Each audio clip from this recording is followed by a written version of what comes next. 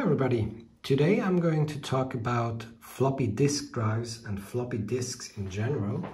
So let me switch on the Macintosh first, because this takes a little bit of time, so I can tell you something more about these two floppy disk drives which we have over here. Now the lower one is the M0130. It's the first Macintosh external floppy disk drive. It's a 400 kilobyte drive. And the one above is the platinum colored Apple 3.5-inch drive. It's being named Apple and not Macintosh because this one could be used with the Lisa computer or an Apple II as well. Now, I'm going to boot the Mac with System 3.2. And while it's loading, I'm going to explain you the different types of floppy disks. As you can see, this one has one hole. There are three different types of floppy disks. There are two types with one hole. This hole, by the way, is only an indicator to let the computer know if it's locked or not. You could easily pop it out of place. The ones with one hole are either 400 kilobyte or 800 kilobyte floppy disks.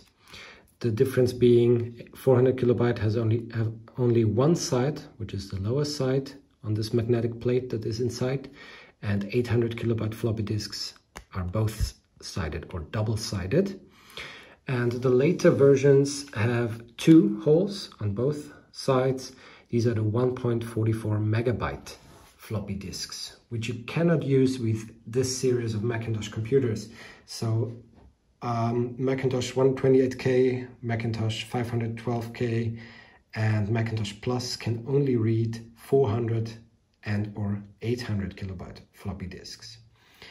Now I'm going to insert this disk into the connected 400 kilobyte drive. As you can hear, it sounds rather different, and it asks us to initialize it, which basically means we're going to format this disk accordingly. It's just like you would format a USB disk on a modern computer. You basically create the file system anew and you erase everything that is on it. Now this will take a moment because it's going through all the different layers of the magnetic plate of this floppy disk. And you could really hear that this is working hard. That's the beautiful technology. Now we can give it a name. I'm just going to call it test. And it will mount the disk. Now I'm going to zoom in a little bit so you can see it better. As you can see, it's a 4K disk with 387K available. Now what I will do is I will eject this disk, and I will also eject the system disk. And I will show you why, because inside the Macintosh Plus is actually an 800 kilobyte drive. Now the 800 kilobyte drive can read both 400K and 800K disks, obviously. As you see, it will still show that you only have 4K available because that's the way we formatted it.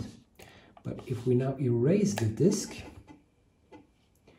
it will ask us actually if we want to have it one-sided or two-sided, which means 400 kilobytes or 800 kilobytes. Now we'll initialize this disk as a two-sided disk.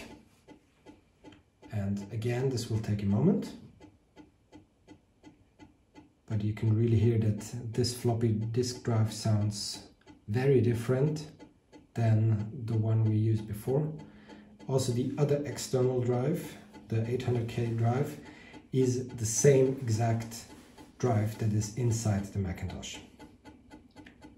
It's just being put in an external case.